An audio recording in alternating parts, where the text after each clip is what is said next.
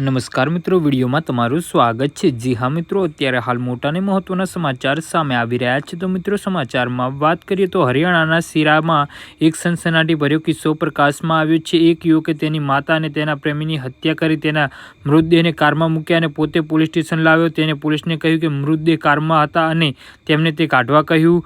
યુવકના નિવેદનથી police ચોંકી ગઈ। જ્યારે તેમની કાર ખુલી ત્યારે તેમને એક મહિલા અને એક પુરુષના મૃતદેહ મળ્યા હતા। જી હા મિત્રો, અત્યારે હાલ મોટા અને મહત્વના સમાચાર સામે આવી રહ્યા છે। પોલીસે બંને મૃતદેહને પોતાના કબજામાં લીધા અને પોસ્ટમોર્ટમ માટે સિવિલ હોસ્પિટલમાં મોકલી દીધા છે। આરોપી યુવકની ધરપકડ કરવામાં આવી છે। પોલીસ પૂછપરછ દરમિયાન યુવકે કહ્યું કે મારી માતાના એક પાડોશી સાથે ગેરકાયદેસર સંબંધો હતા અને મેં ઘણા દિવસોથી આ શંકા હતી।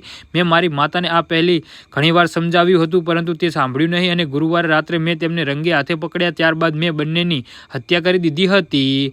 જી હા મિત્રો, ગુરુવારે રાત્રે એક યુવક તેની માતા અને પાડોશીને રંગે હાથે સેક્સ કરતા પકડી લીધા હતા। ગુસ્સામાં આવીને તેને સ્ટાફ વડે તેનું ગળું દબાવીને હત્યા કરી દીધી હતી। મૃતક મહિલાની ઓળખ 42 વર્ષીય અંગુરી દેવી અને 45 વર્ષીય પ્રેમી લેખરાજ તરીકે થઈ છે। જી હા મિત્રો, તો આના વિશે તમારું શું કહેવું છે તો નીચે મારી કમેન્ટ બોક્સમાં જરૂરથી જણાવજો અને અમારી યુટ્યુબ ચેનલને સબસ્ક્રાઈબ કરવાની ભૂલતા નહીં। ધન્યવાદ।